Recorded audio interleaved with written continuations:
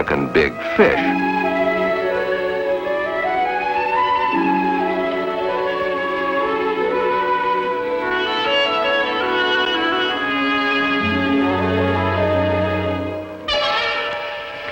This was how it all started. The best fishing spot in the whole country. And all scouts had to move in on it. I'll spot. Imagine, Johnny, I'll spot. Boy, the nerve of those guys. Of course, we didn't really own it or anything, Bucky. We discovered it, though. Sure, but how could they know that?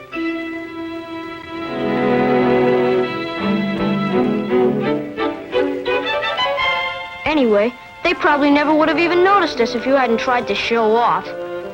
Show off? Better look at their camp, hanging from a tree by your knees.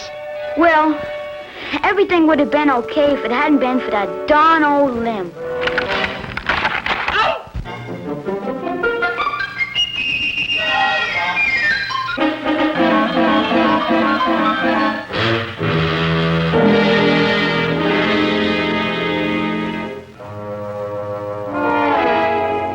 Naturally, they saw you fall and came over to see if you were hurt.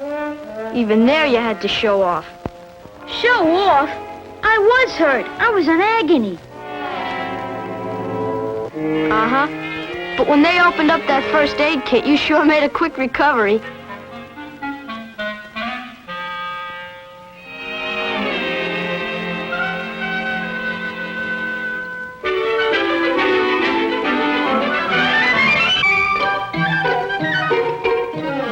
Well, anyway, if it hadn't been for me, we'd probably never have met Steve Wallace and the rest of the scouts.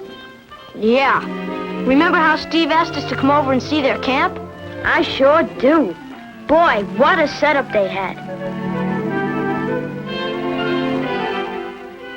It was about lunchtime, remember? They took us around and showed us what was going on. These guys were really organized. Yeah. That's where we first met Mr. Miller, the scoutmaster. And Blip Martin, the patrol leader of the Eagles. Boy, I'll never forget that stew they were cooking.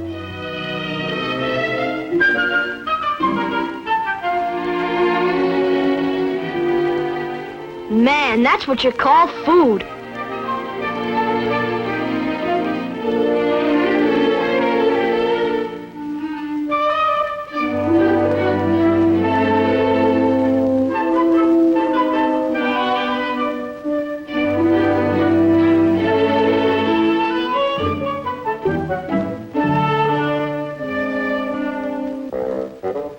It sure was nice of the Eagle Patrol to invite us to lunch. Yeah, too bad we ate back on the trail. It affected my appetite. I noticed. You only ate twice as much as everybody else.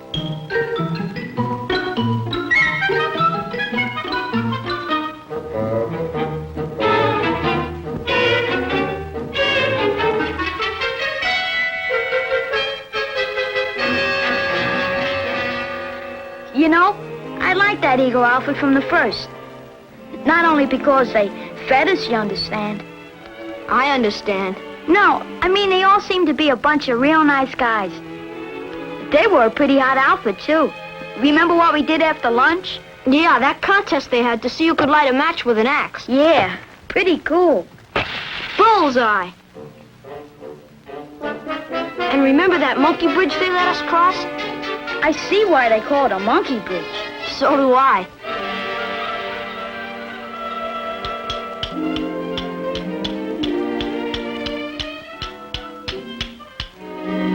How about this? Making a fire with flint and steel, just like the pioneers. Yeah. Remember how tough it looked? And yet, the first time I tried it, I got a fire. You mean you got smoke? Well, where there's smoke, there's fire.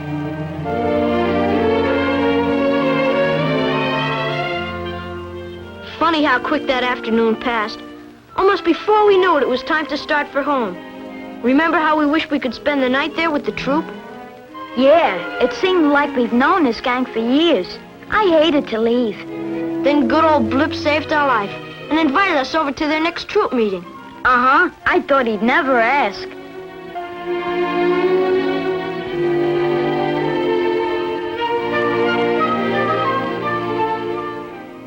you know what? What? We forgot to go fishing.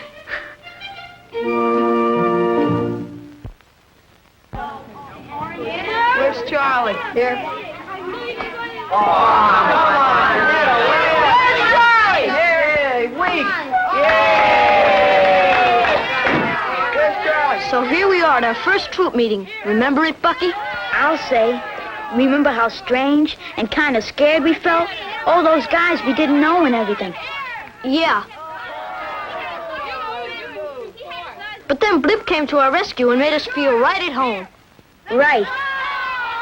He introduced us to the whole troop and really got us off on the right foot. This is John. Uh-huh. Meet the gang. Hi. And Steve Wallace asked us if we ever played that Where's Charlie game before. And you told him yes. Remember what happened? Well, looks like they finally made it, huh? Yeah, they sure did.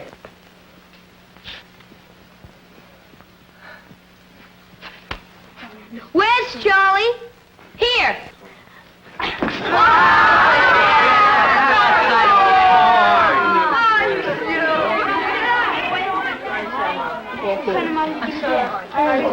Have one. How about Oh, Blip. We got permission for you to use the campsite marked here on the map. Later that evening, the Eagle Patrol took us in as recruits, and we sat in with them when they planned a patrol hike. Yeah, that was when we found out we couldn't go on a hike unless we made tenderfoot. So naturally, we started learning the ropes right quick. And I do mean ropes.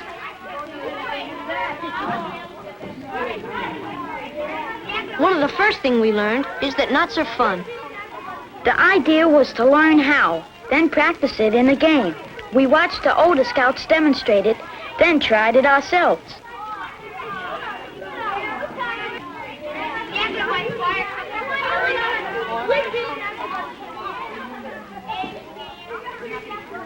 The deal was for each scout to tie a bowline knot around his waist, then tie his rope to his partner's with a square knot. Yeah, and then lean back quick. If your square knot held, you had no problem. Say, that was the time I tried the square knot, wasn't it? And there was, something wrong with the rope. Yeah, Bucky, something wrong with the rope. Well, Johnny, here we're getting our tenderfoot. In spite of everything, we made it. Remember how we got our new badges? And then Mr. Miller let us in the oath. Now the scout oath. On my honor, I will do my best to do my duty to God and my country and to obey the scout law, to help other people at all times, to keep myself physically strong, mentally awake, and morally straight.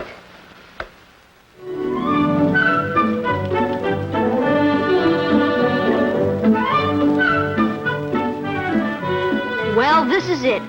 Our first hike with the Eagle Patrol. It was a cross-country hike, remember? No roads or trails or anything. We just plowed through the woods. We sure did.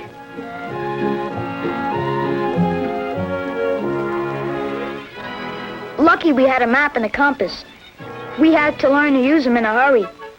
I guess that was the idea.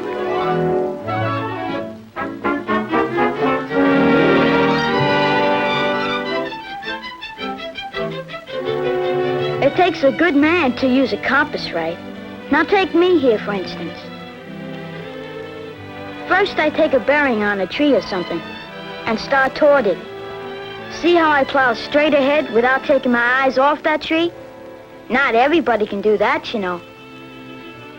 Sure. Just keep your feet moving in the right direction and don't stop for anything. Well, hardly anything.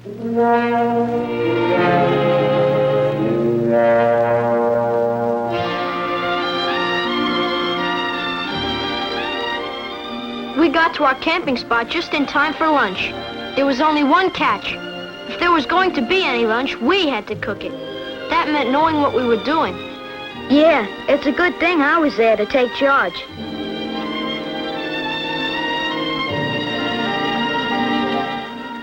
It also meant getting the food ready to cook.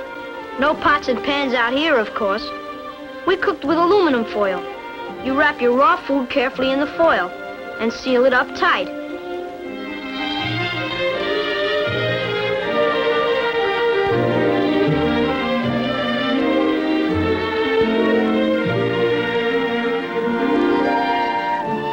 Then place it in the coals of your fire and cover it with more coals. And then you get something like this. Of course, if you forget to wrap it in the foil, and you put your potato in the fire like this, you get something like this. After lunch, we went exploring along the creek. Yeah. Hey, remember some of the interesting things we saw down there? Seems like everywhere we looked, we saw something different.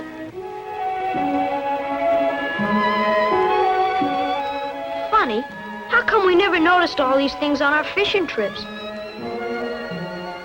I don't know. Maybe we were just too busy fishing and missed some of the other things. Yeah, I seem to recall we missed quite a few of the fish, too.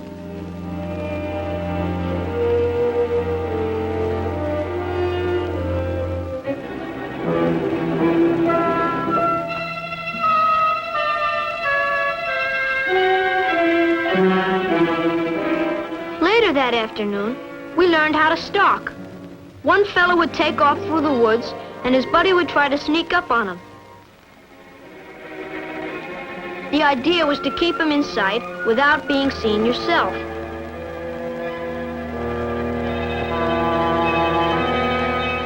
If you think it's easy, try it sometime.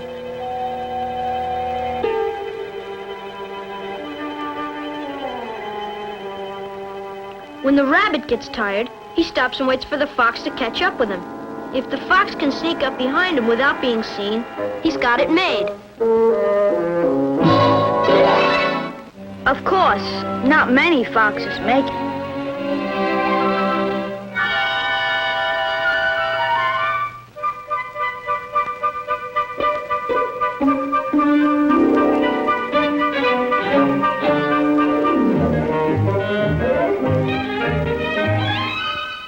Well, here we are on the way home again. Have fun, Bucky? Right up to the very end. Remember what we saw along the trail? I sure do.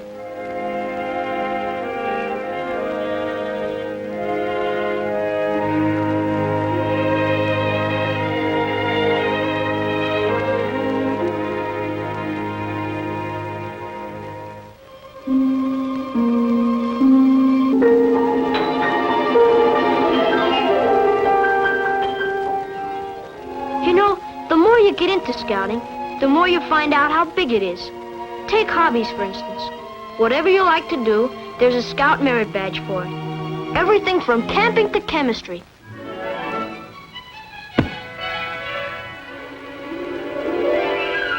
Johnny started off with archery. And I tackled athletics.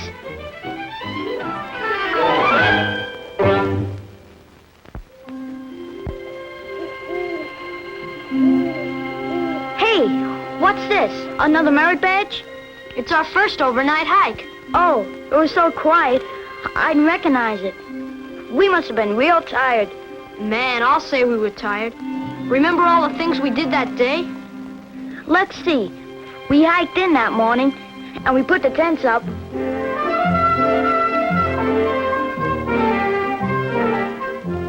And then in the afternoon, we had that big adventure race, remember? Running through lost woods.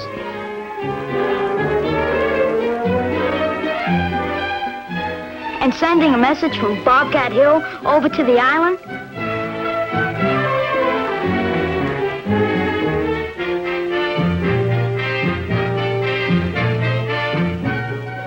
Getting across Dead Man's Creek without getting wet.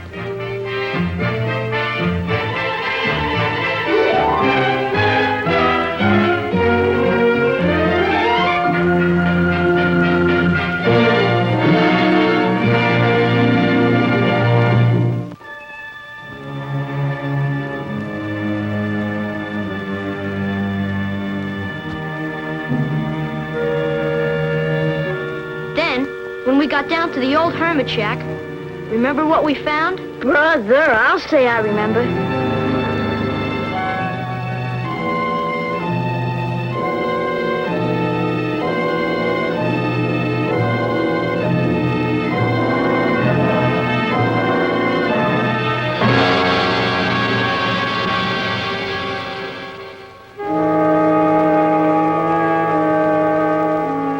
It was all part of the act.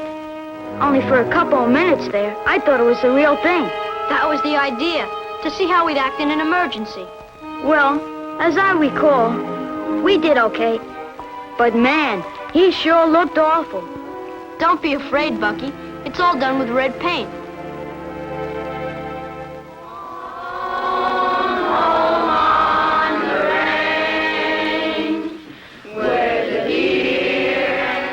We wound up the day with singing and stunts around a big campfire.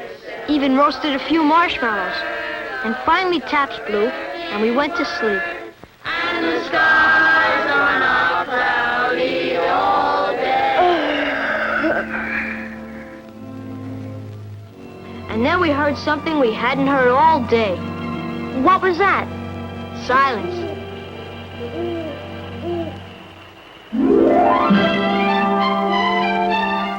For most scouts, the biggest deal in the whole year is summer camp. Remember, Bucky? I'll say, there were so many things to do up there, we hardly knew where to start.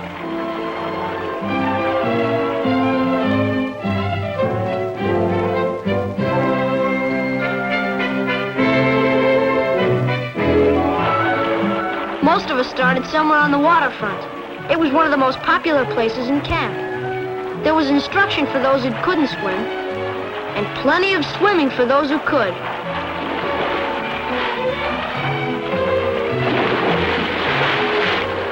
Also fancy diving. The big camp rule was, learn it before you do it, because it's always more fun when you know how. Take canoeing, for instance. First you learn this. Then you can do this.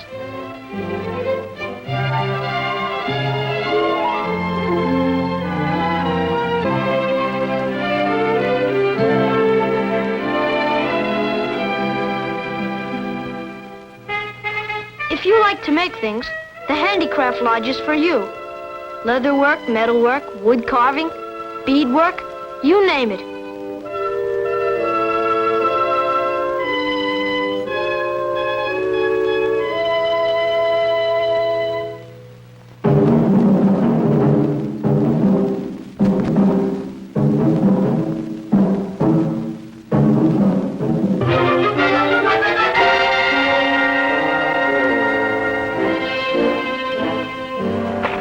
Scout camp, just about whatever you like, they've got.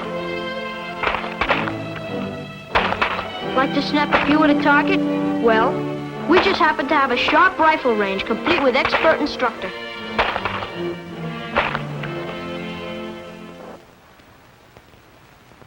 It was a dark and stormy night.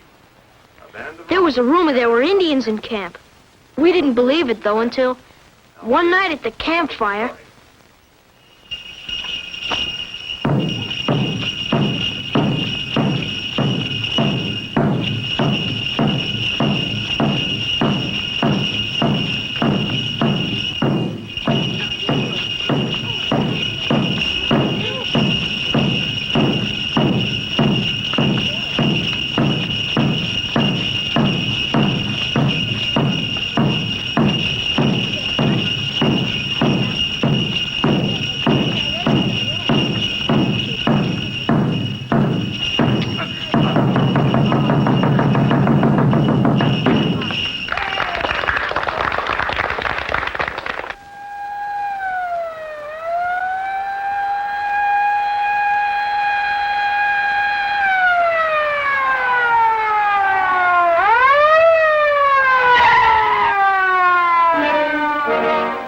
Something that wasn't on the camp program at all. The day the state police came in and asked the scouts' help to find a little girl who was lost in the woods. Remember how they got us all together and got organized for the search party, Bucky? Yeah, The troops were all put into long lines and sent into the woods where the little girl was last seen. Only they didn't want to overlook any place, so they sent teams of scouts along all the trails in the area, just in case. Right. We were one of those teams. They assigned us the old trail to Ghost Cave, remember?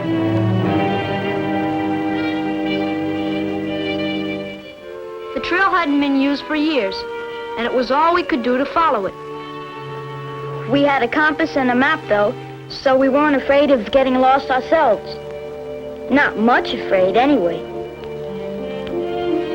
We stayed on the trail quite a while, but we didn't see a single sign.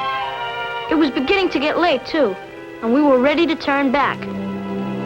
Then we spotted something that changed our minds in a hurry. A shoe. A shoe that looked like it hadn't been there long.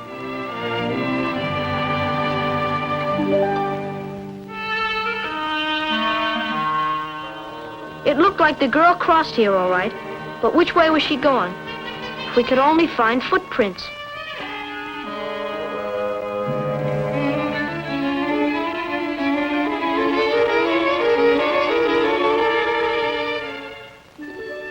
There they were, and they were leading off toward the thickest part of the woods.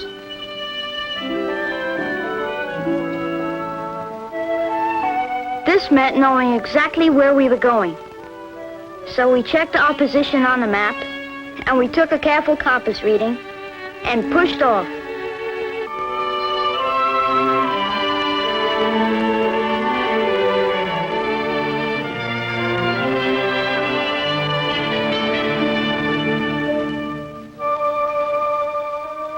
It was no picnic in here. Nothing but deep woods and heavy brush, and no trail at all. And so quiet, it was almost scary. What do you mean, almost?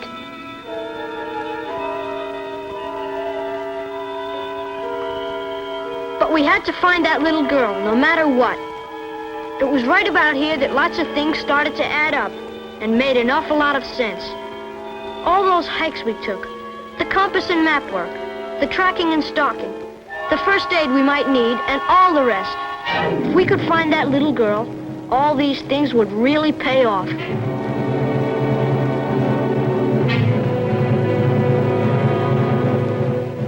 And you know what? They did.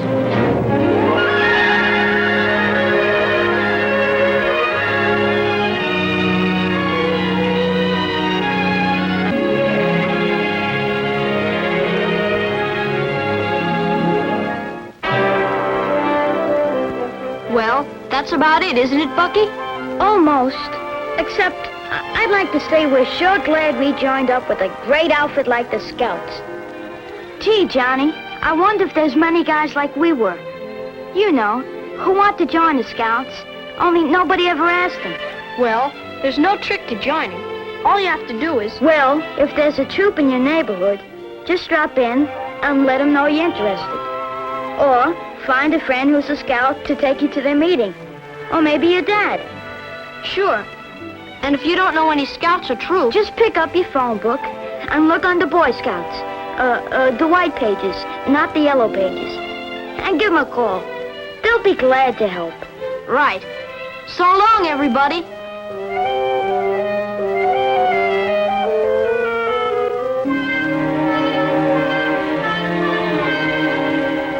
This was the story of Johnny Randall and Buckaloo Jones.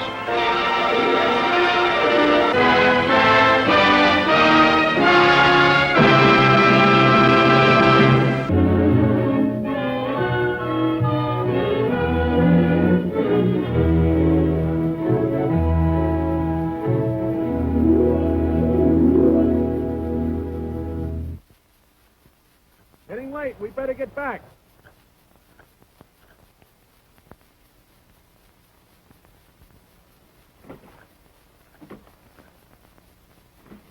I see the can. Smell that coffee. You go on and tell the mother we're back. I'll bring the catch as soon as I clean it.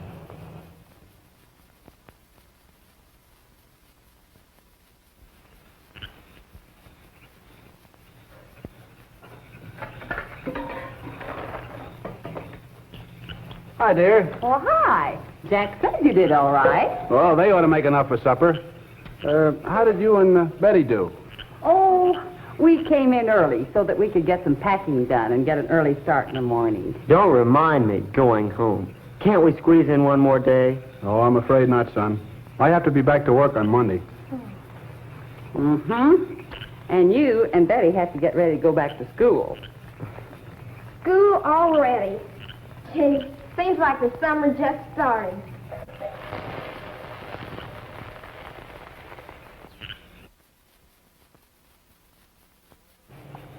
You know, Dad, this camping out's been more fun than any vacation I've ever had. That's fine. It surely has. I hope we can do this again next summer. Can we? Why, Betty, that depends. Maybe your mother would rather do something else next summer. Oh, no. I've enjoyed this as much as anybody. There's something so relaxing about being out like this. Well, let's finish relaxing and touch it all off with a marshmallow. What do you say, Mom?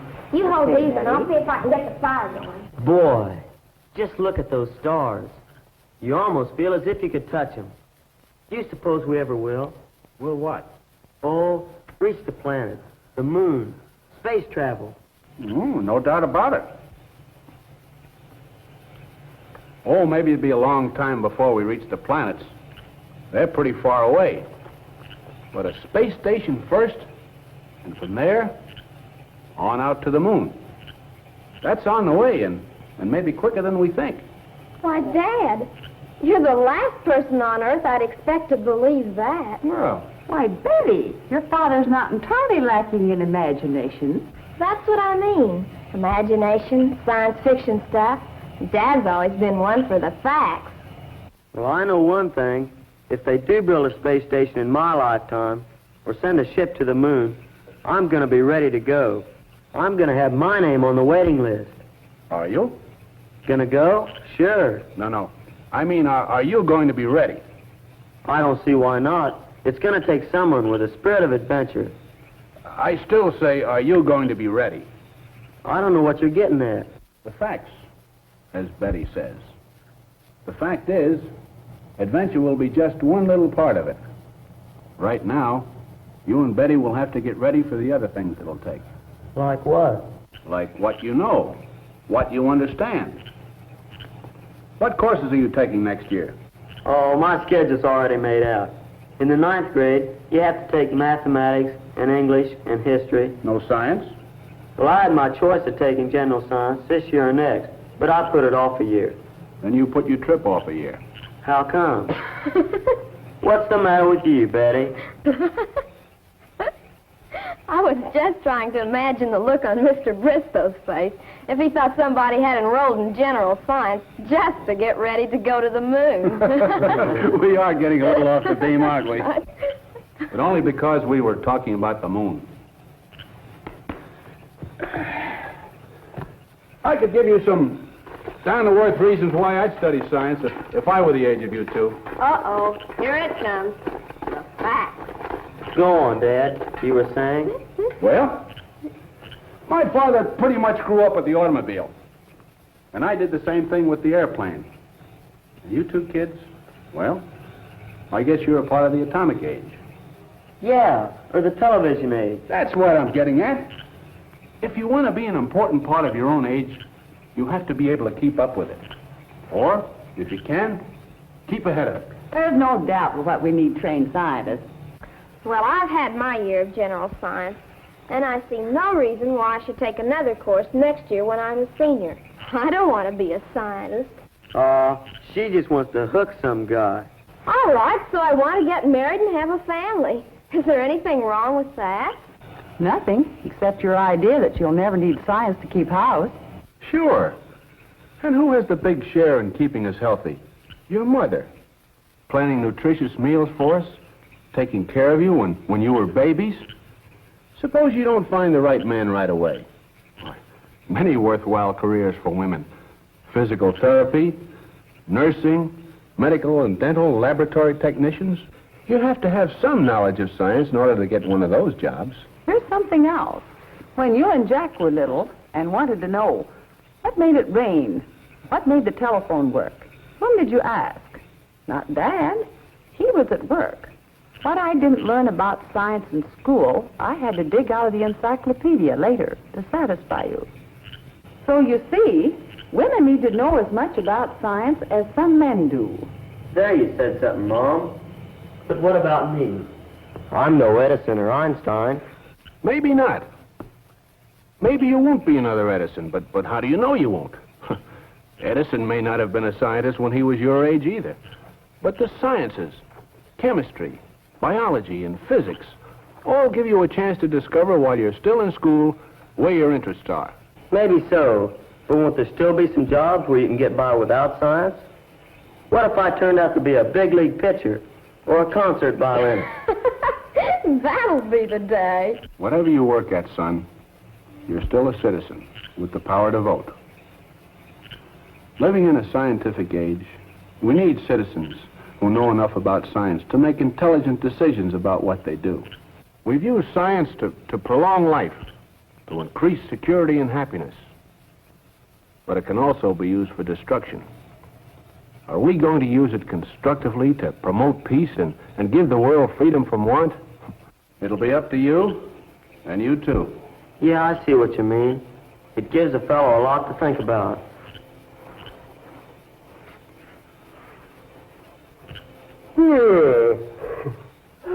Me too. 5 o'clock's going to come awfully early. 5 o'clock? Yeah, if we don't get started by then, we won't get home tomorrow night till after dark. I think we better all turn in. Aren't you two coming? I'll be there in a minute. Me too. Yes, Jack, the vacation will soon be over, and you'll be going back to school. You and Betty and thousands of other young people will get down to work in the business of preparing yourselves for the life ahead. And what good prospects the life ahead holds. You will live in finer homes than your forefathers ever dreamed of. You will travel in safety at speeds that would have staggered your grandfather's imagination. You will get to know the people of your world firsthand. 2 weeks in Paris. Overnight to Venice.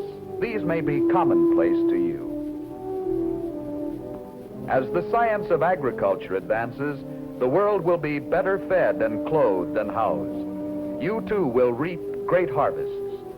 And you will know the benefits of the many industries pioneered by science. But along with the blessings of a scientific age, you will shoulder new and great responsibilities. You will have to learn all you can about today's technology so that you can do your share of the world's work. So that you can encourage research. So that you can heal the sick.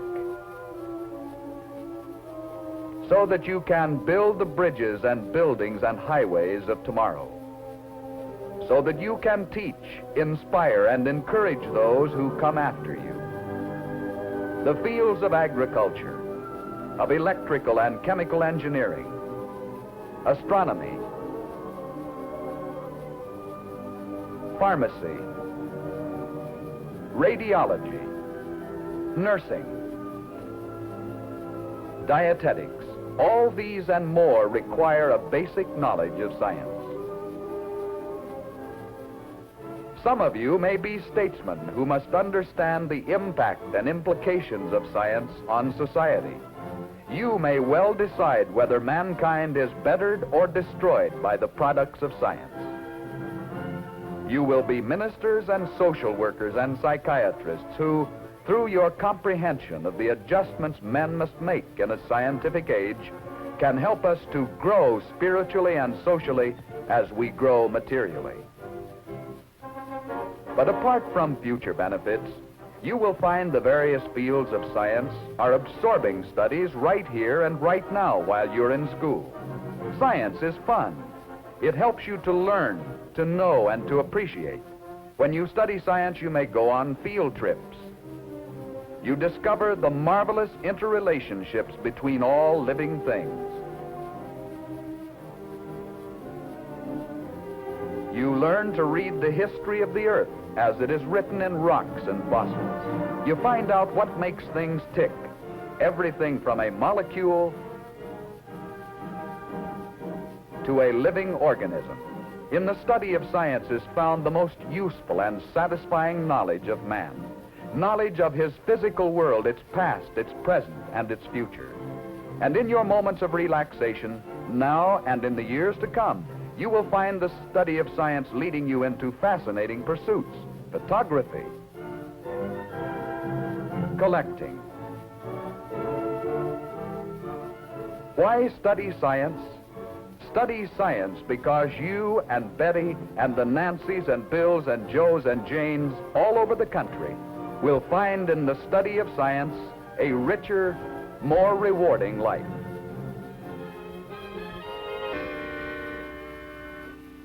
Would you like to take a trip with Dick and Jane and see how butter is made? Dick and Jane are visiting on Cousin Billy's farm this summer. That fresh country air makes them hungry in the middle of the morning. But Aunt Ruth, Billy's mother, knows what boys and girls like. Yes, indeed.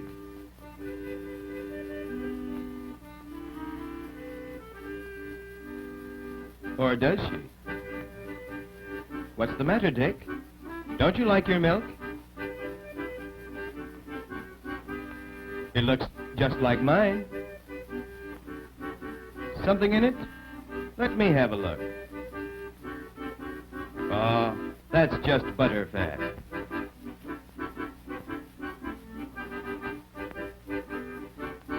Oh, it is not butter.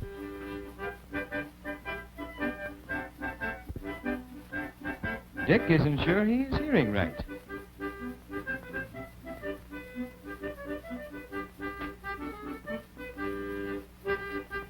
That's right. It's good thick cream. You make butter out of it. And it's good for you, too. Butter out of this? Sure. Billy knows where butter comes from. Drink your milk and he'll show you.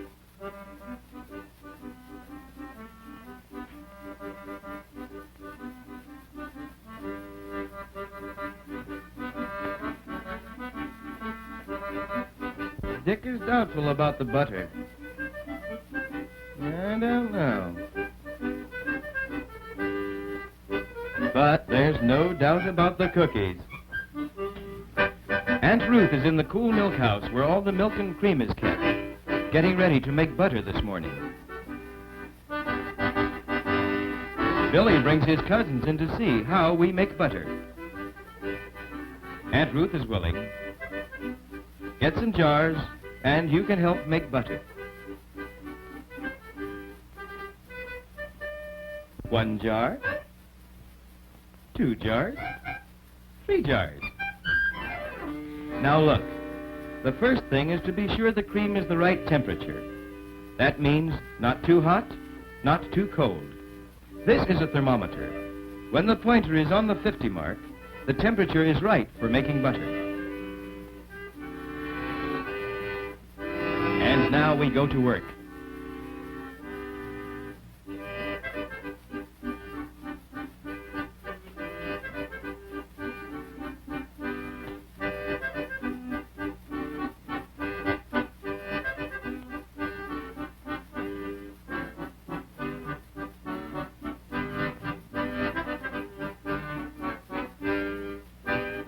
It is the cream that is used to make the butter. You know that cream rises to the top of milk and can be skimmed off, just like this. Into the jars it goes.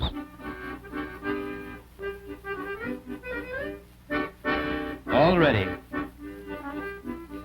Now for the fun.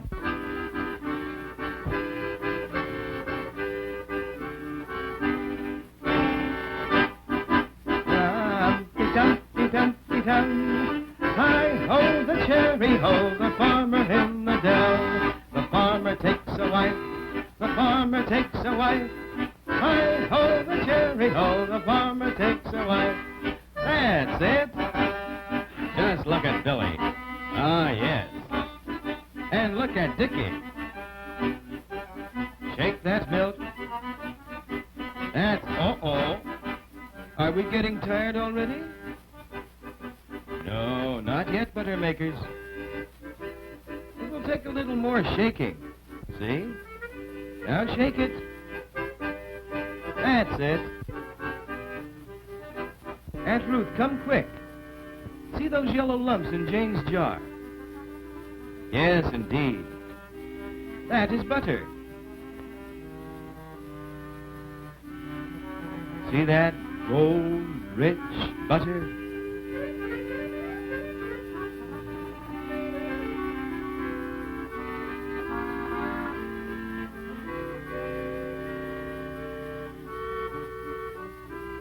Now watch the same thing happen in the big churn. Big churns have dashers to shake the cream around. See the dasher turn?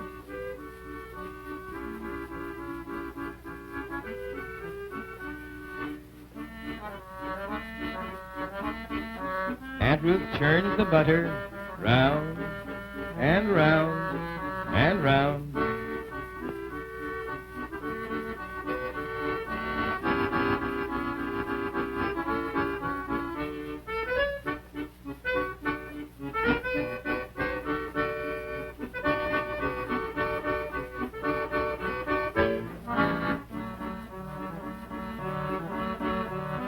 What did we tell you?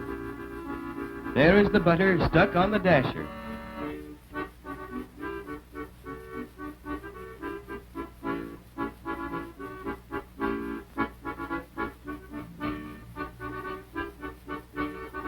And Aunt Ruth takes the nice rich gold butter out of the big churn. Then all the milk must be worked out of the butter with a wooden ladle.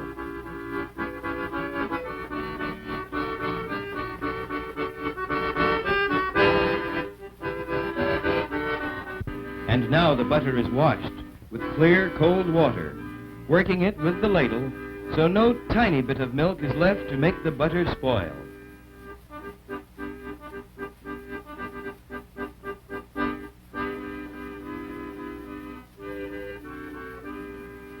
And then that clear, cold water is poured on.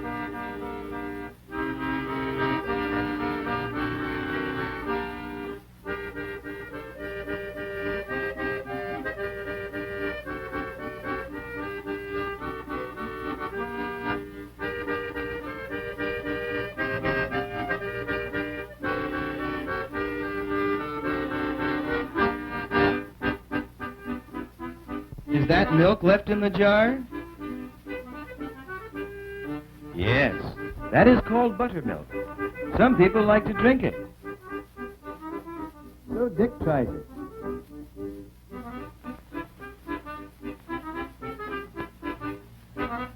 Well, that's good for you.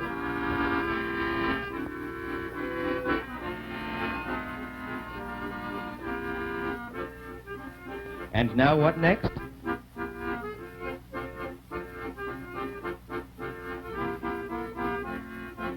A good pinch of salt for each bowl of butter.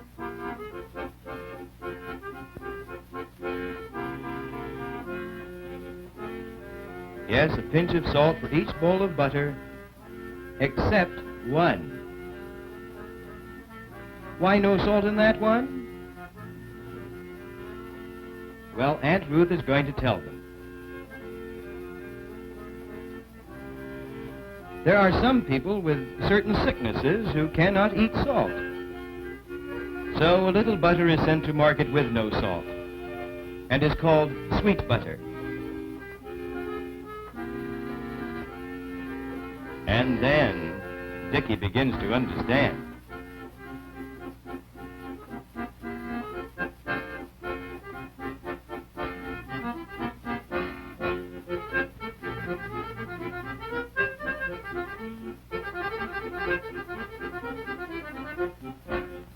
What is this? What is this that Aunt Ruth has in her hand? Well, children, this is a mold.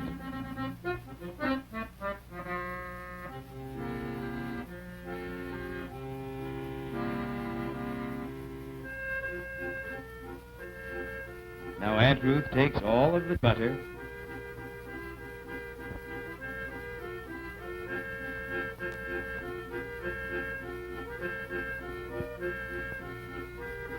and the butter is pressed into it.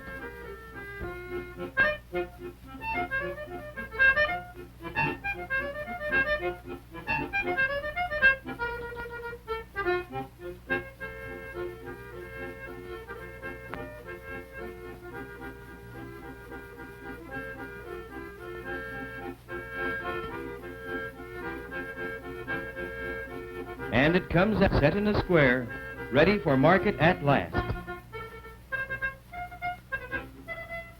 Butter as we see it in a store. Well, what next? Well, we'll see, children. Well, here we are again.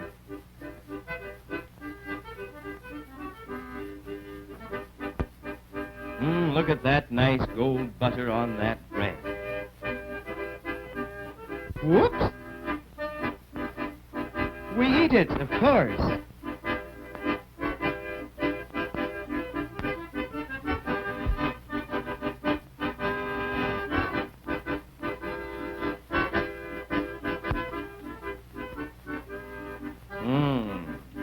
Look at them drink all that milk.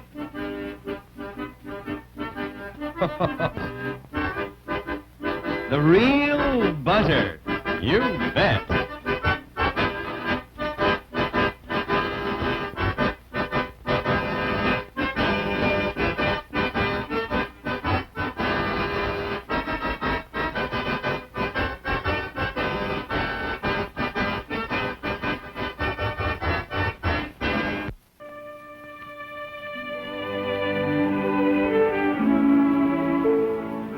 Flying a kite.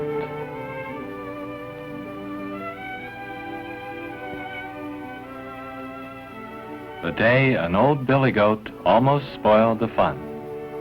Mr. Billy Goat is watching us as we drive up. We have driven out for a picnic in the country. Mr. Billy Goat must wonder who we are. There is Penny, our little dog, and there is Frank. I am getting something out of the car for Frank. Probably you can guess what it is. Yes, it's a kite. A red kite for Frank and his sister Jean. It is a sunny day, a good day for a picnic. Here is a spot under a tree for our picnic lunch. This will be fine, says Mother. We have our lunch in the basket and a blanket to sit on. But Penny is running. He sees something. Why, it's Mr. Billy Goat. And Mr. Billy Goat sees Penny. But Penny, look, here is something else. Frank and Jean are going to fly their kite. All right, Frank, go out there, and Jean will hold the kite. Everybody ready? Go. Frank runs with the kite. Penny runs beside him.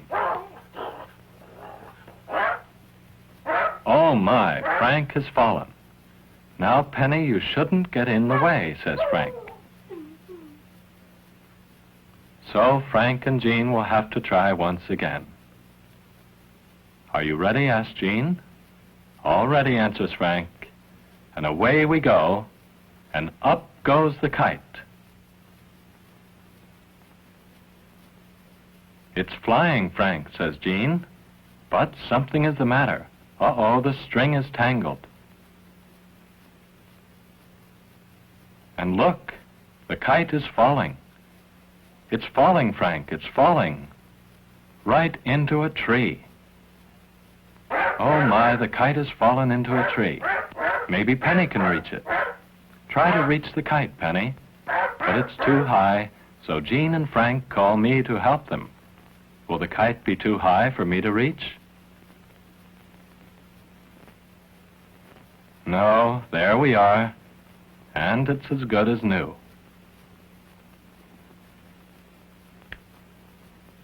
so Frank and Jean can try once again. "Be more careful this time, Frank," says Jean. "We don't want the kite to fall into a tree again." So Jean gets ready, and Frank gets ready. And away we go again, and up goes the kite, high above the treetops, and Frank holds it by the string. See how high it is flying. "Look, Mother," says Jean, "look at the kite. See how high the breeze has taken it." But now it is time for lunch. Jean has an idea. So Frank ties the kite string to a stone. "Good idea, Jean. Now the kite will fly all by itself." Yes, it is flying very well. Now we can all have lunch. Penny is hungry too. How about a biscuit, Penny? What do you say?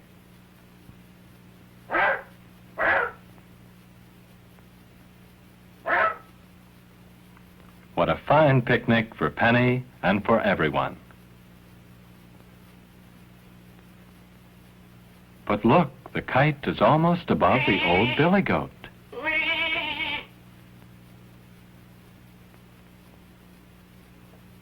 Will Jean see the kite? Yes, she does. And look, it's really falling. What will Frank do? Will the kite fall? The billy goat sees it. It is falling. Falling. And down it goes. "Oh my," says Frank. "Penny, Penny, come here." But look now. The billy goat steps right on the kite. After the kite, Frank. Go with Frank, Penny. That's a good boy, Penny. Save the kite.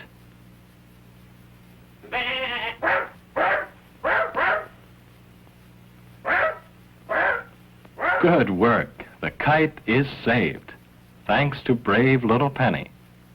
Penny kept the old billy goat away while Frank saved the kite. The kite had a narrow escape, but it's safe again. And Penny, what would you like? Another biscuit? Of course. For Penny has saved the day, and what a day it has been. What a lot of fun we have had, and what a narrow escape the kite has had. But now it's safe and sound again. But listen to what old Mr. Billy Goat has to say.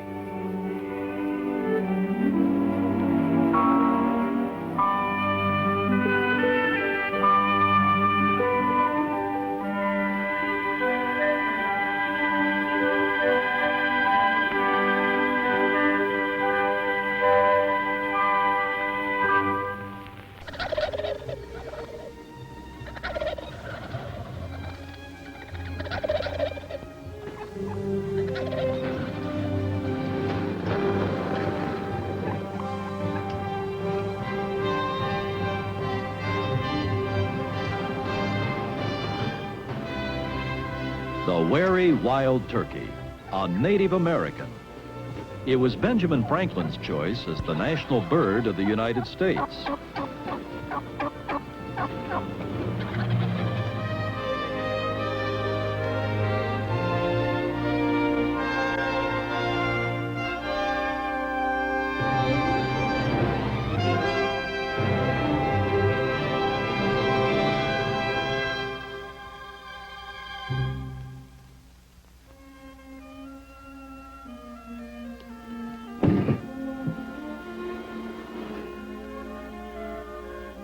For many people, this is what turkey means, a roasted bird ready for the table.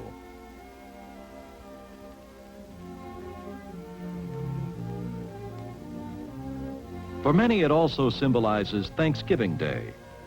That is a recent association. It did not originate with the Pilgrims, as many people believe. As a meat, turkey is more common today than it was for early Indians and pioneers because they had to hunt wild turkeys. Today, millions of domestic turkeys are raised on farms that specialize in producing them for market.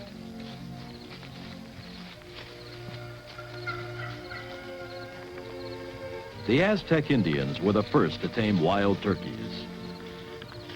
Though today there are many dark-colored domestic varieties, this white turkey is one commonly produced. They've been specially developed to mature faster and have more tender, moist meat. Even though domestics had wild ancestors, they're really not much like their wary wild relatives. This is where the real story of the wild turkey begins. Often before snow is off the ground, the male, or tom, begins trying to attract females, or hens, by fanning out his tail feathers and strutting, a way of showing off what a regal tom he is. The smaller, less conspicuous hen ignores the tom's display and continues to feed. It is early in the courtship season yet. This doesn't seem to dampen the male's enthusiasm for strutting his stuff.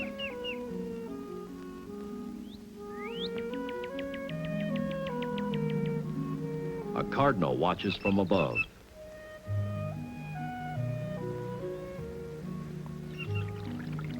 About a month later in April in the turkey's northern ranges, streams thaw out and snow melts, signaling spring. A white-tailed deer listens.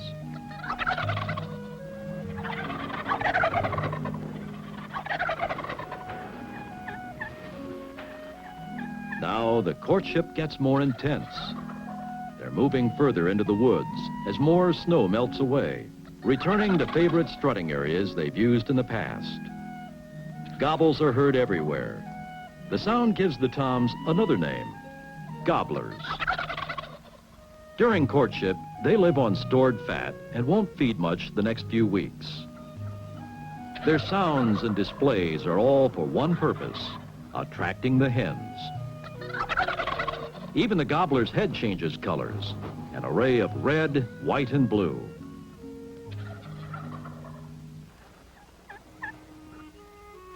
The hens will court and mate with the toms when they're closer to their time to lay eggs. For now, this one starts searching for food. It will take a lot of energy to produce eggs. Some other hens take advantage of a dry area to dust themselves, perhaps to help get rid of parasites.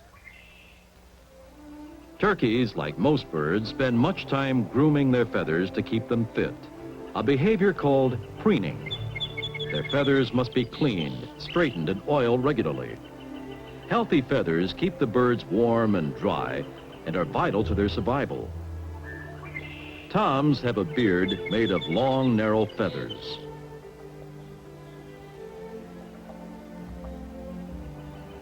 Strong, scale-covered feet are well adapted for gripping.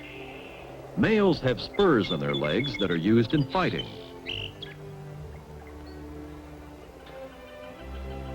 Wild turkeys stand 3 to 4 feet tall, and gobblers of the eastern subspecies weigh about 20 pounds.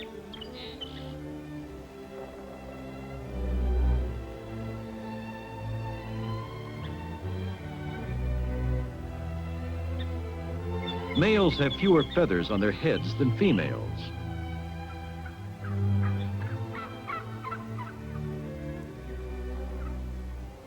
The gobbler's face and head is covered with a warty-like skin that looks as if it fits too loosely.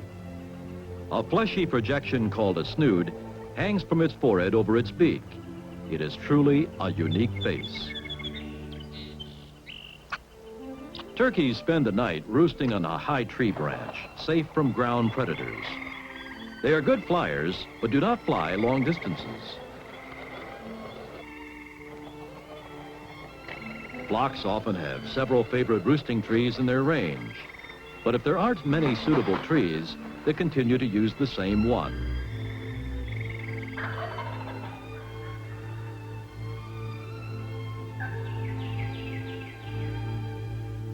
Early spring mornings are especially a time of great activity. Gobbling, strutting, and display. Hens come to mate. These toms of various ages may display together, but a dominance order was established earlier in the season. Dominant older gobblers will mate with a majority of the hens. One by one, each hen will go off alone and find a hidden spot to build a nest and lay her eggs.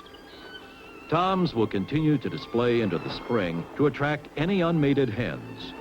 But for this season, most of the gobblers have already given their part to the new generation. They'll now spend time feeding to regain fat lost during mating season.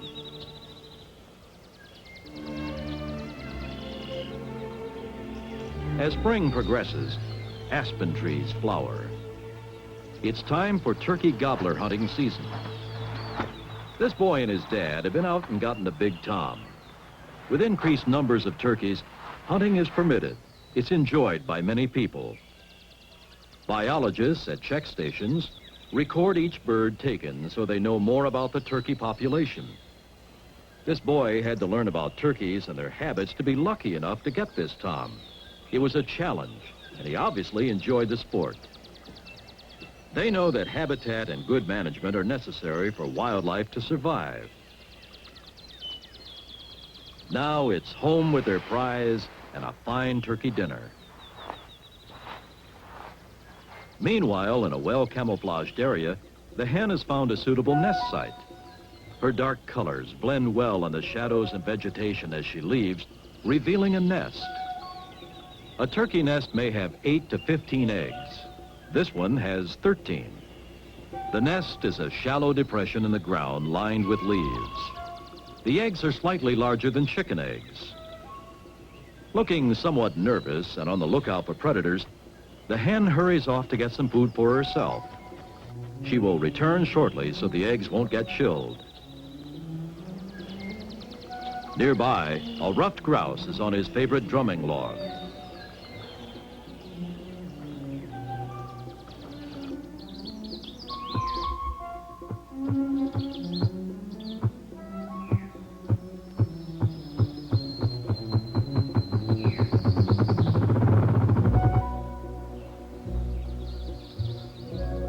There's a movement in the vegetation. The hen is returning, watching so she does not attract a predator to her nest location. Satisfied she hasn't been seen, she takes her time settling back on all those eggs, fussing until they feel just right. Her secretiveness and camouflage are usually enough to prevent raccoons and skunks from finding the nest. The days pass, and the aspen flowers have formed cottony fruits that are drifting away.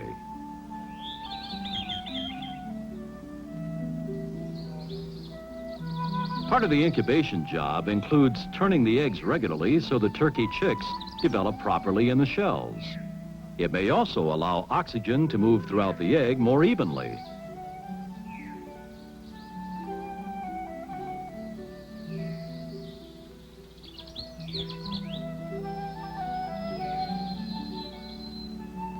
The toms remain alone or in small groups, never taking part in any stage of rearing their young.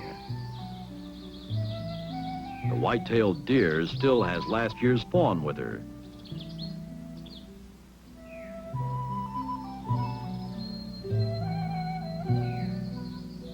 It takes about 28 days for the chicks to develop to hatching. There are only a few days left. Oak buds have popped open to release their expanding new leaves. It's mid-spring, and birds are returning. A rose-breasted grosbeak, a scarlet tanager. Meanwhile, the eggs have hatched into tiny, downy turkeys called poults. Each one spent several hours pecking its way all around the inside of the shell so it could push it open.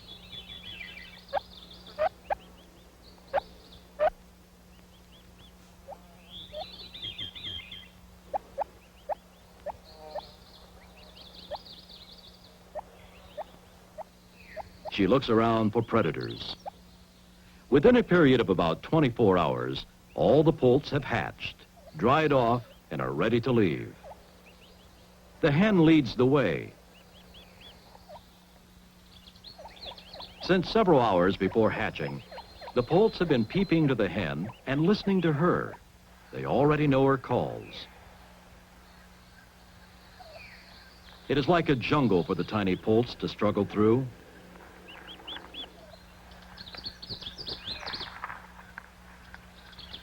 They haven't ventured far until a short rest is necessary. They will rest often, and if it is cold, the hen will come and sit over them.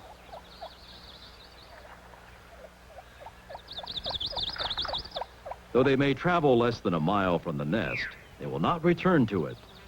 The shells and drying membranes produce odors that may attract predators to the old nest. Not a good place for the young poults. Instead, the hen stops and broods the young turkeys wherever they happen to be feeding. She provides warmth and protection. A tent caterpillar is wandering up the hen's neck. The tent caterpillars have been eating for several days. They've eaten all the aspen leaves. They live in the webs they spin in the fork of the tree and crawl out to feed on the leaves. This year's infestation is heavy. They started out as tiny larvae, and when they have grown many times their original size, they begin to wander and look for a place to spin a cocoon where they will become a moth. They crawl over anything in their way, even a brooding turkey.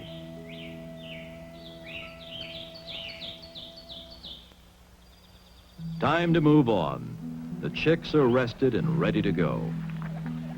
The next weeks will be a busy search for food for the growing poults. They will move about chasing insects and exploring their world. The hen doesn't feed them, but she searches for seeds, berries, and insects, calling softly when she finds something. The poults rush over to eat the tidbit.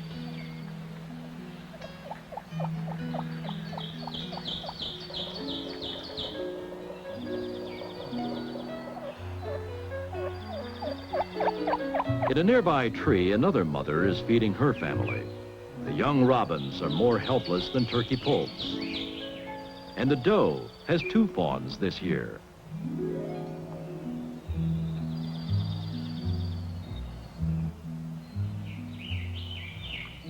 By 2 weeks of age, the poults can fly well enough to get into the trees and roost there at night, much safer from predators. Flying begins at about 7 days of age, with short running hops and flights, as soon as their wing feathers grow out.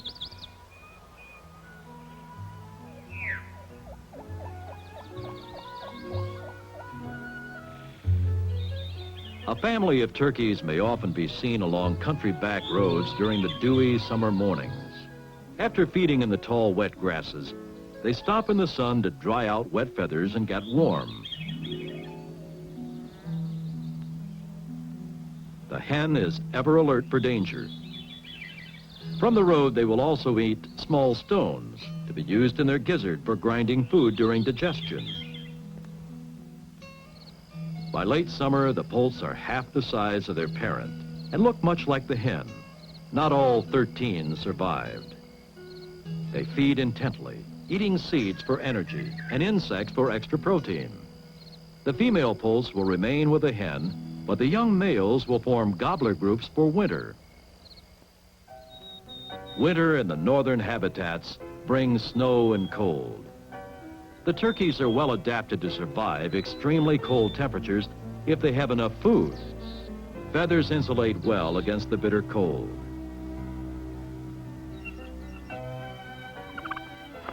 Younger males, called jakes, often have disputes for dominance between them. When a fight occurs, it attracts other males, just as onlookers. In many areas, turkeys have been reestablished in former ranges, and their populations are growing.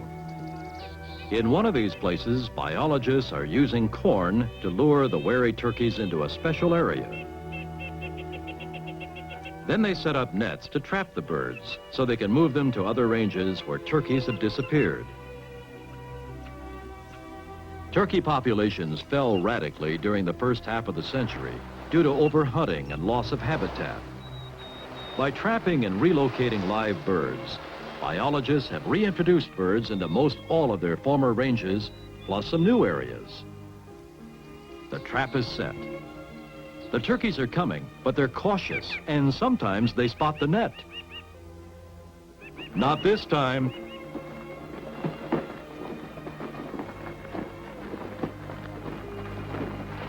It becomes a beehive of activity. The game biologists rush in to cover the struggling birds so they will settle down and not injure themselves. The turkeys are big and powerful. The workers act quickly to untangle them and lessen the effects of stress from capture.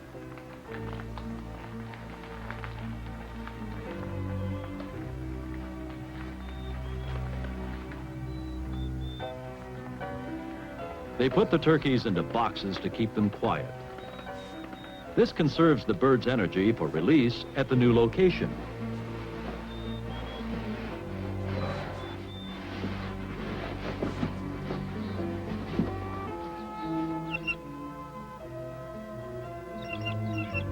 After the crew leaves, the other birds return to eat corn. At the new location, the releases begin.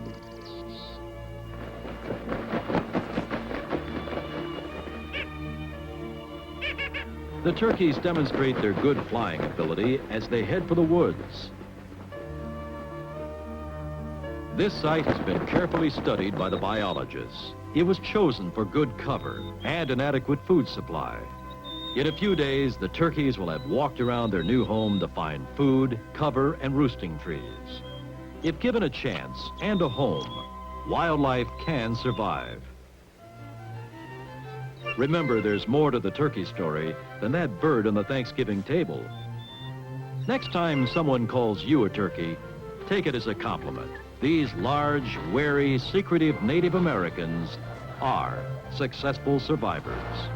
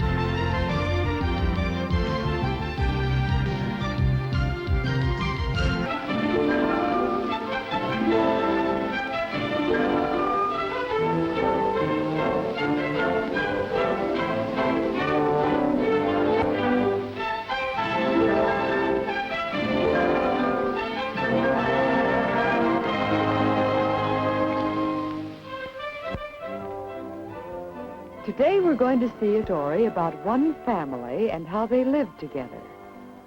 About Tony and his dog Fluffy. About his sister Nancy. About Mother, who takes good care of the whole family. And about Father, who works hard for his family. Our story begins one afternoon after school. Tony has been outside playing with Fluffy.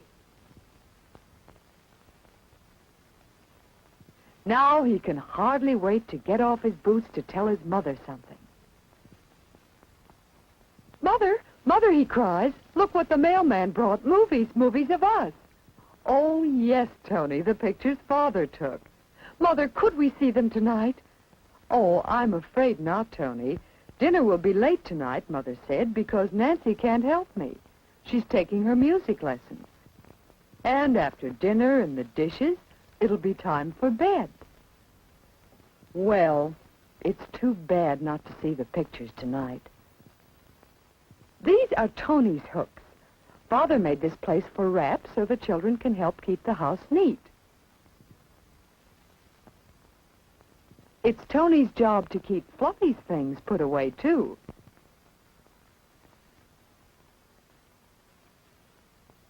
It's time for him to prepare Fluffy's supper. That's another one of his regular jobs. Well, Tony works preparing the dog food just as he does every evening. But he's thinking, late dinner tonight. No chance for fun together before bedtime. But maybe if things go right.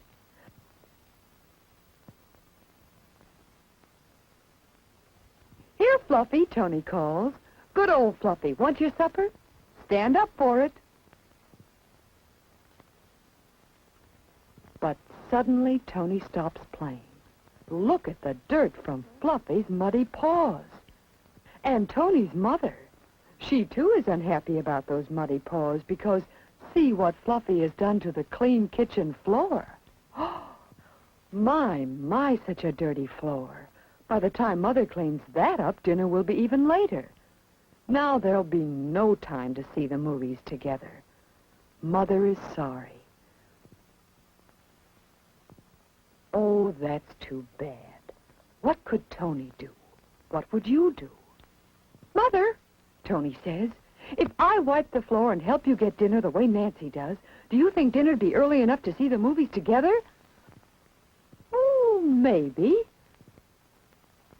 Tony gets busy right away. Maybe if he does some extra work helping his mother, maybe dinner will not be so late after all. And if Father gets home on time...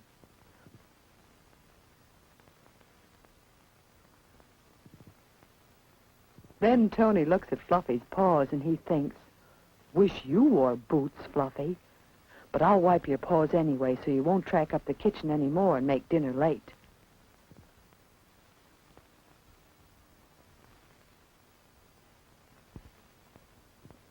Then, as Tony washes his hands, he says, Mother, could I help with dinner?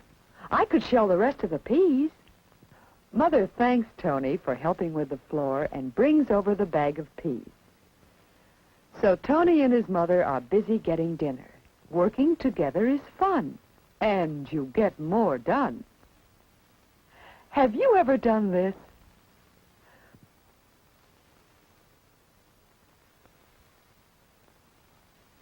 Well, the time seems to go fast as Tony and his mother work together.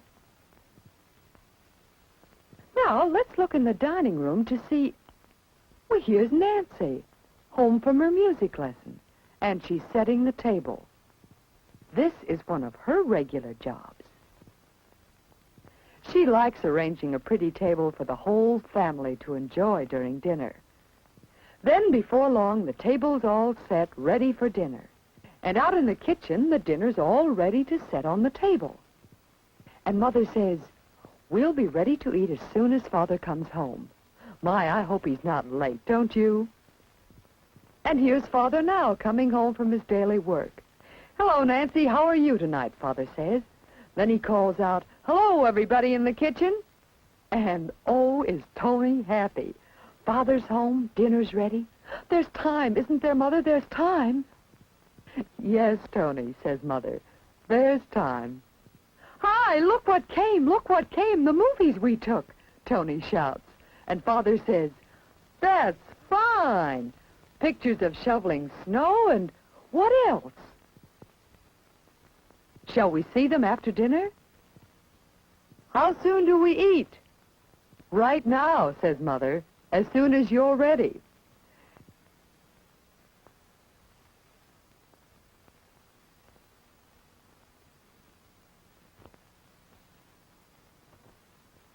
And so they all work together to get dinner on the table.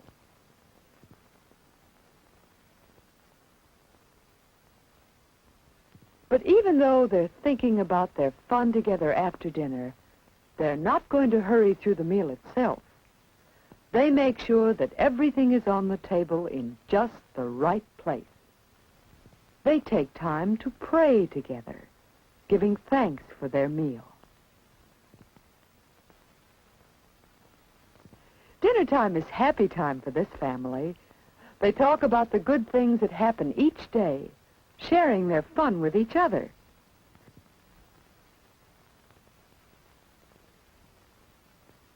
Nancy tells us something pleasant that her music teacher said today. Mother says how helpful Tony was this afternoon.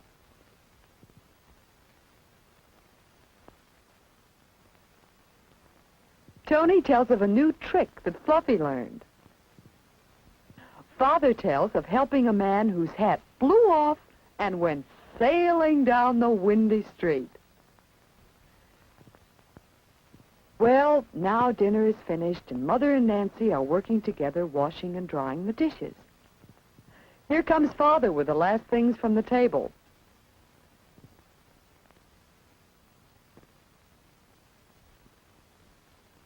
Tony works with his father, helping him splice in the titles and put the movies in the right order.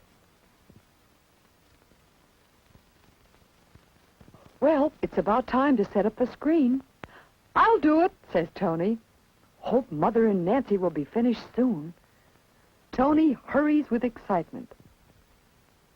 They are going to see the movies together. The dishes are finished. The dishes are finished. Is everybody set? Ready? Lights. Action.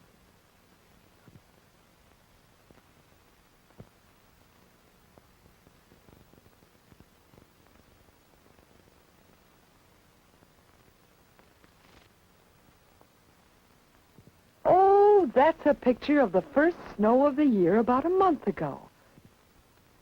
Look at Mother sweeping the snow. Cleaning the sidewalk is one of Father's regular jobs, but this time he's taking the pictures. There's Tony shoveling, too.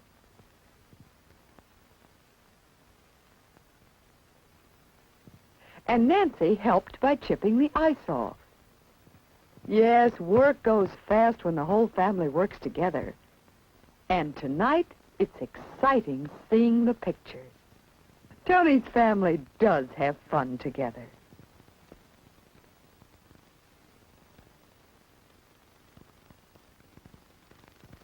Oh, pictures of ice skating. Nancy looks cute in that outfit. And Tony, that's his first pair of real skates.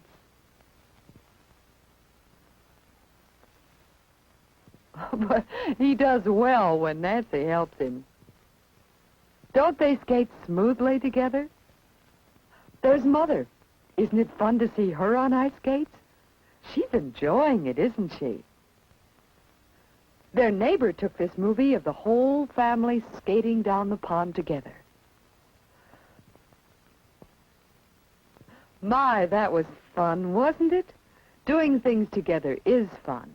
It can be in your family, too, whether it's seeing movies as this family does, or working and playing together in other ways, as other families do. Tony is glad he offered to clean the floor and help with dinner. When everyone does his regular job and helps out by doing extra work, then things go better for the whole family, don't they?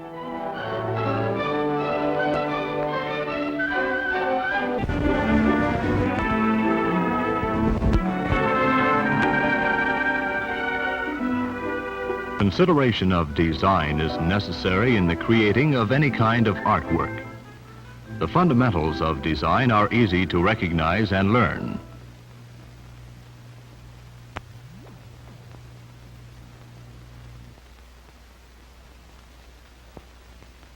Here our stubby pencil friend is going fishing, and the fish he hopes to catch looks similar to this drawing of a fish. It's beautiful, but very complicated. The designer knows that the same beauty may be obtained in a more simple, basic shape.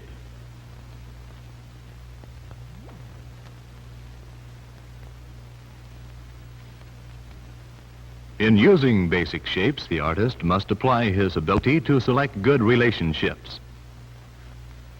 Through practice, he becomes aware of the many versatile uses of shapes. This circle is a basic shape, but so are the variations of the circle. We call these a family of shapes.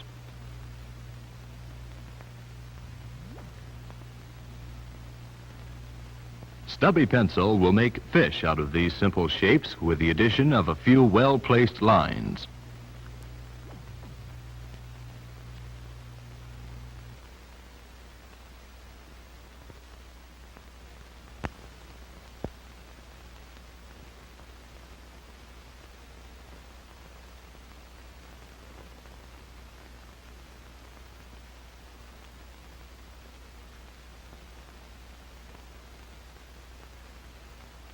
The triangle is very useful in drawing certain forms. Remember that in designing, it's most important to get the idea across clearly and with simplicity. There is no attempt to imitate nature.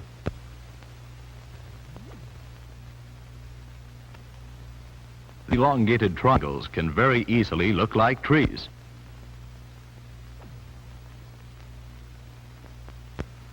We know that they are not like, but by using suggestive lines for design, the triangles can be turned into pine trees. The combining of basic shapes opens a whole new range of possibilities. It's well to keep these combinations simple and related. Your own feeling will have to serve you when you combine and place the shapes you choose for your design. Here are 3 entirely different shapes selected from the original 3 basic shapes. A triangle, a rectangle derived from the square, and an oval from the circle. Placed together, they can form a variety of things. Here, with the addition of some smaller circles, half circles, and lines, the combined basic shapes become a design of a clown.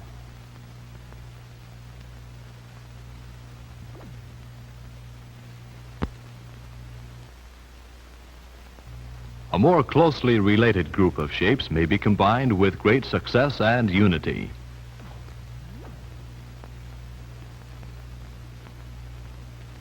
In this case, some circles, half circles, and straight lines form a designed landscape.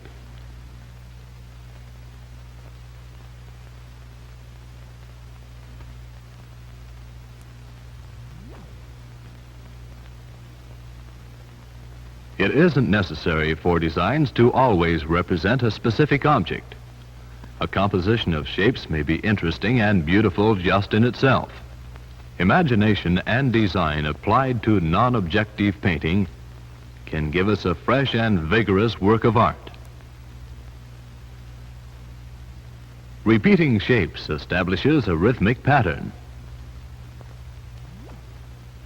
A single shape or form on a background becomes the center of interest. But when the same form is repeated over and over again in a definite pattern, the overall effect of the pattern itself captures our attention. No longer is the viewer so closely aware of the individual forms. For this reason, the design pattern may be viewed successfully from almost any angle. You may use this approach in the designing of wallpaper, textiles, and other similar objects. Alternating the color and the size of a single basic shape can also turn your work of designs into an exciting composition. It's this kind of simplicity that is the keynote of all great abstract painting. The most challenging aspect of design comes under this heading. The designer must make decisions on his own. He must be inventive and uninhibited in order to do this.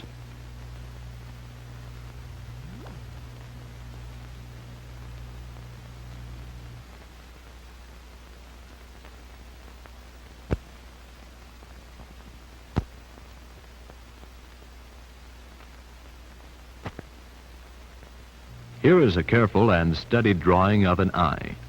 It's a complex and realistic rendering of an actual eye. In designing, you may take great liberties. Much more simplified forms are just as effective when well planned. This design is very easily recognized as an eye and would be more so when placed in a face. The eye was designed so simply yet so effectively that it may be used either in a profile or in a front or three-quarter view. This same method has been used for centuries in many forms of Eastern painting.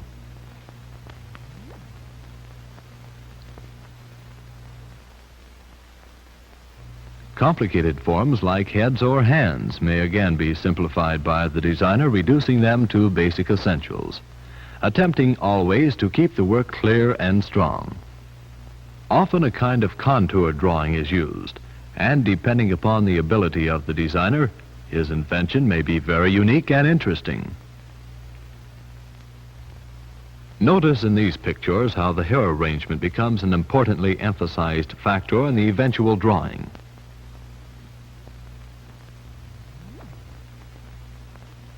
It's important that we observe and learn everything possible about the subject of our design, for simplicity is only the product of much information and close observation.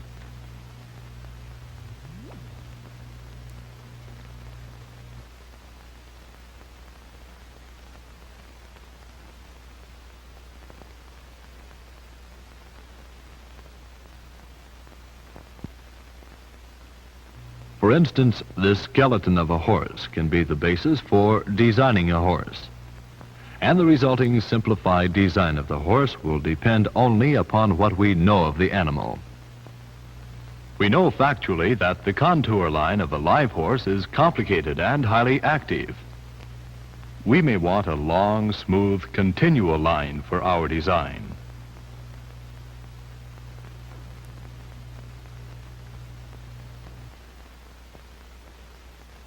The line of the back may be simplified so that the long sweep of the back may be emphasized.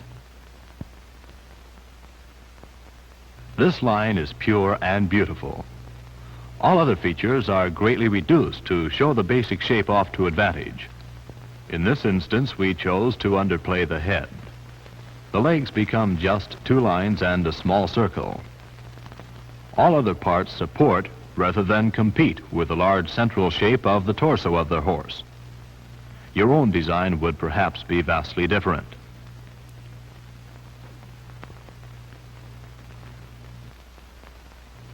The linear elements of design may be practiced quite effectively in a drawing with a background of color masses. Just a few lines and triangular shapes bring to life a seascape.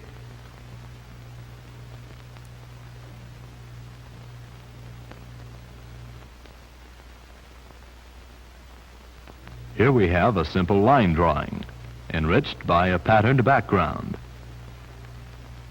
Drawing needs the designer's imagination and studied technique to take it out of the ordinary and develop it into something exciting and interesting. Used with initiative and imagination and guided by your own intuition, design can be the most important single part of your development as an artist in any field. It's the understructure of all the graphic arts. Pure and purposeful design gives pleasure to the eyes, while the designer's imagination serves to stimulate the imagination of the viewer, and thus extend his vision.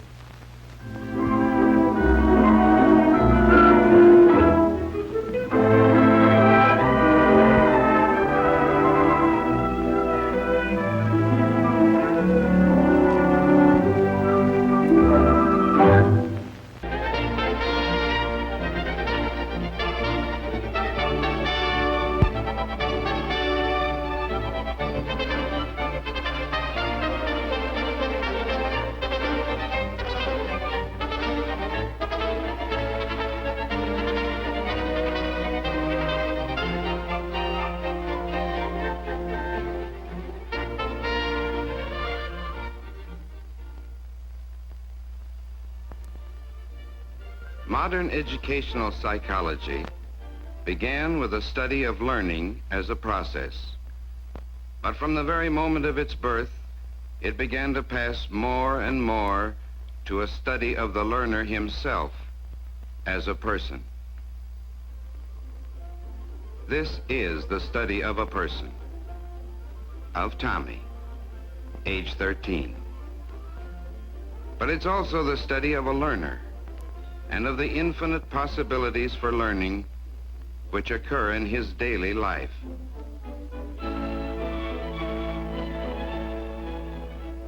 Tommy's world is an exciting place. It expands day by day because he's alert, he's observant, he's curious. Indeed, he finds interests everywhere. Well, almost everywhere. Somehow, school seems different.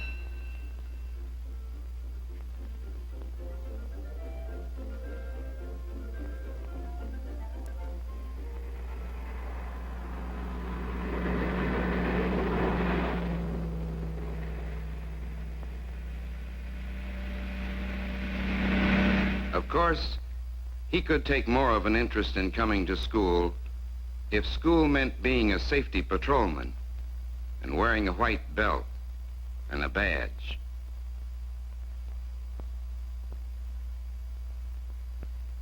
In fact, school could be very interesting to Tommy if he felt there were important enough things for him to do in his classes.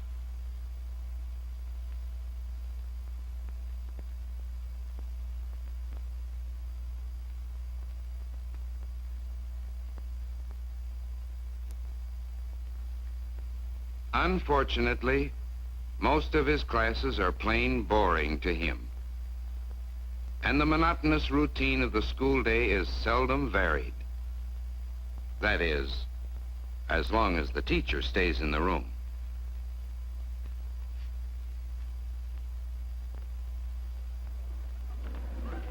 Let's see that airplane you'll be making. It'll fly better than any you could make. I bet it won't. I bet you can't even hit the front of the room with it. Yeah? Watch.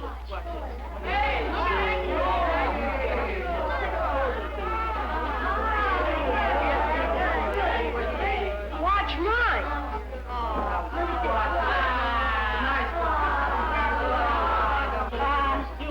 Still hit the front of the room.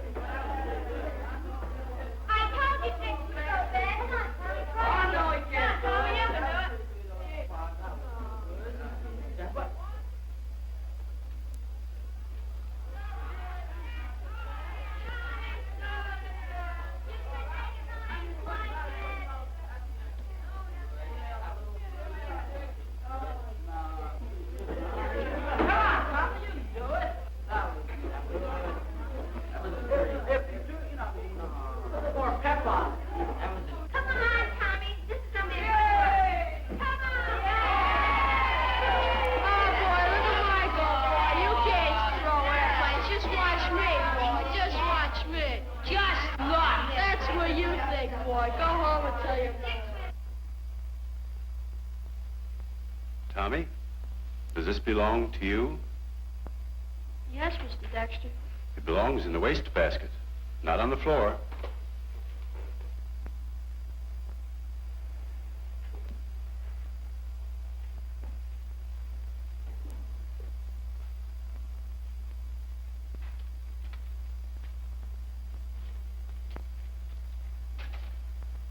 Did you finish your reading? No, sir. Then I hardly think you have the time for games. School is a place to learn.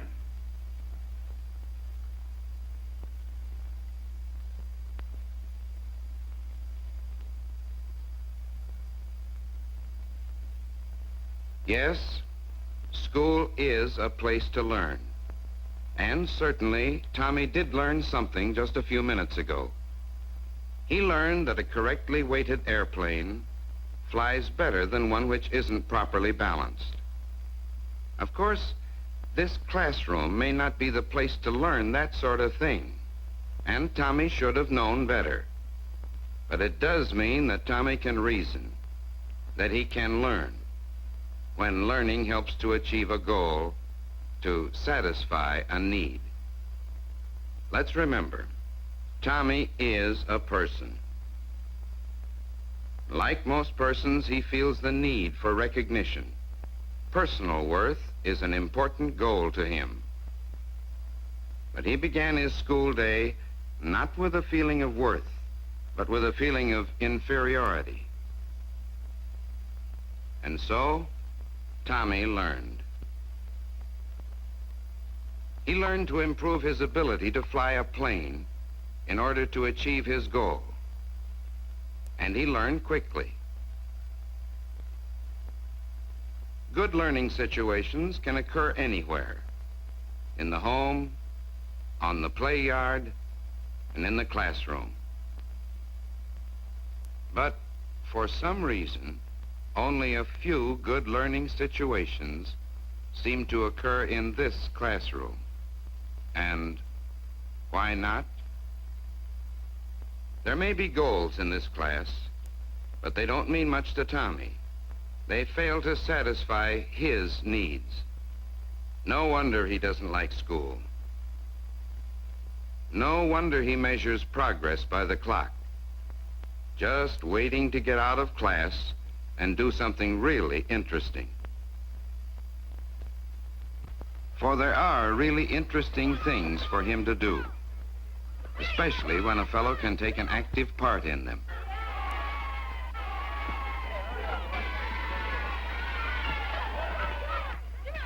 Like most people, Tommy enjoys participating in games.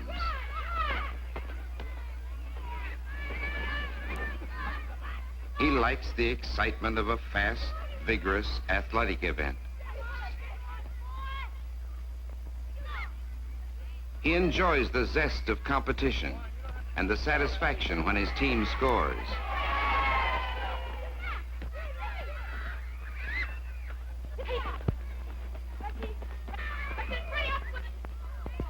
He likes to show off his own ability, whether at basketball or any other game.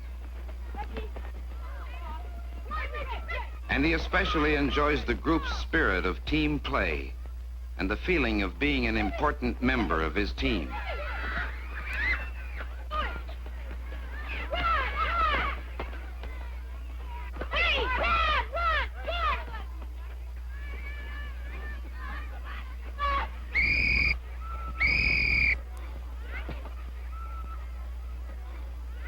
Less than a minute to play.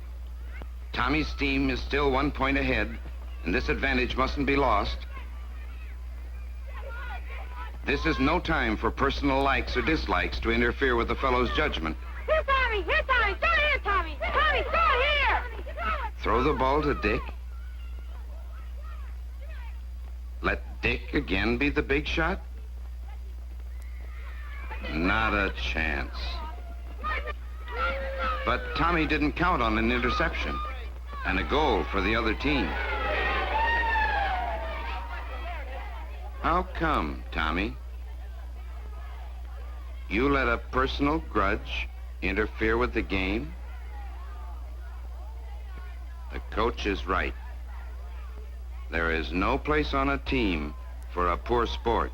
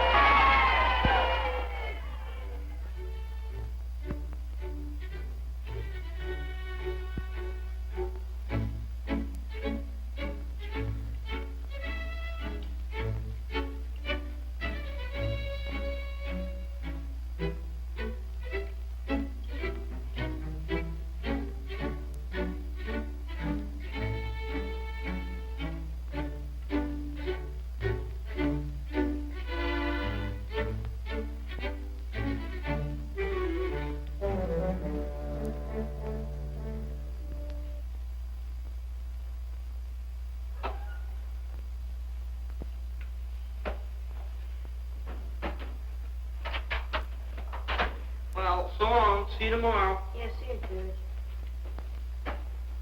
Sorry, Dick. I guess it was a bum sport. I should have thrown you the ball.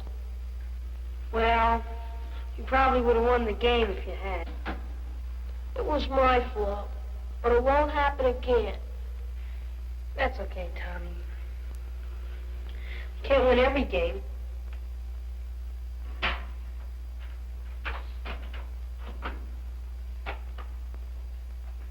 See you. Yeah. Yes, Tommy's learned a lesson. He learned that expressions of jealousy and anger must be controlled if he is to achieve the goal of being accepted by his teammates and his friends. Tommy is a pretty busy young man outside of school. Among other things, he's built up one of the biggest newspaper routes on his side of town. Of course, there's always an unexpected problem or so just to keep him extra busy, especially when a fellow has a little sister.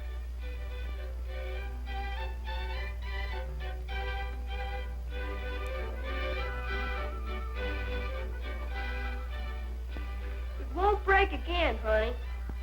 This is a square knot, one of the best knots you can make. I learned it last summer in scout camp. Tommy learned knot making and a lot of other things in scout camp. But it didn't seem like learning at the time. It was fun. Or perhaps the fun was earning the merit badges. Or maybe just winning the praise of the scoutmaster, as he just now won the appreciation of his little sister.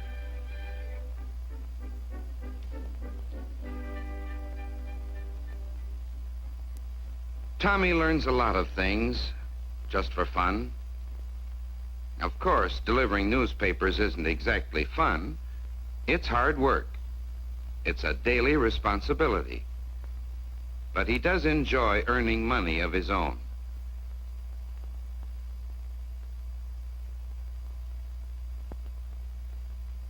Tommy's arithmetic teacher would be pretty surprised to learn how accurately Tommy keeps his collection accounts. But why shouldn't he keep them neat and orderly? When a fellow's saving up for another summer at camp, he can't afford to make a mistake.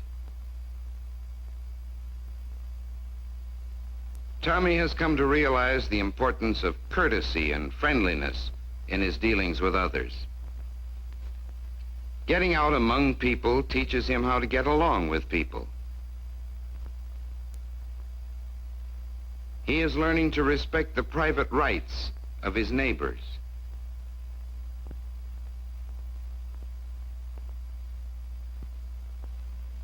He is learning to obey the public laws of the community. And he is learning to accept responsibility for the safety of others.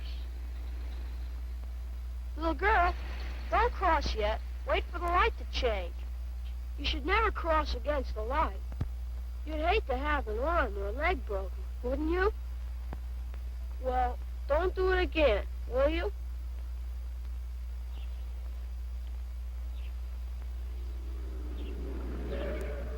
Now you may go. But always remember, look both ways before crossing the street, just to be sure. It's okay now. Oh, hello, Mr. Dexter. Hello, Tommy.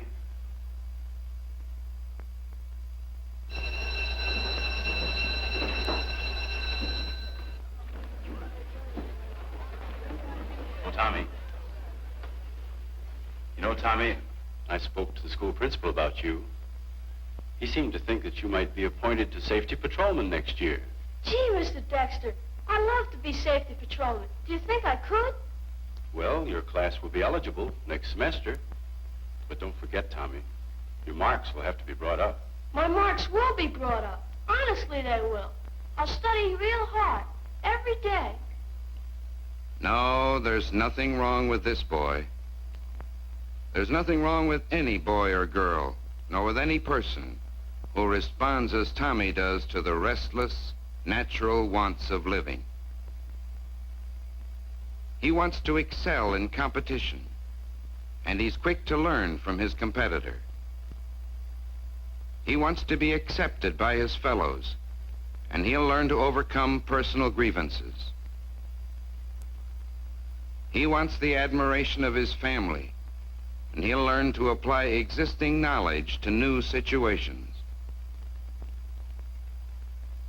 He wants some measure of independence, and he'll learn to keep orderly business affairs. Indeed, Tommy's desire to achieve his various goals and to satisfy his many wants is nearly insatiable, and therein exists his infinite capacity to learn. It is not enough that these goals exist only outside of school. They must exist within the school as well. It is the responsibility of teachers to set up learning situations which tap the capacity to learn in the classroom as fully as it is tapped in life. Why can't school be more like life?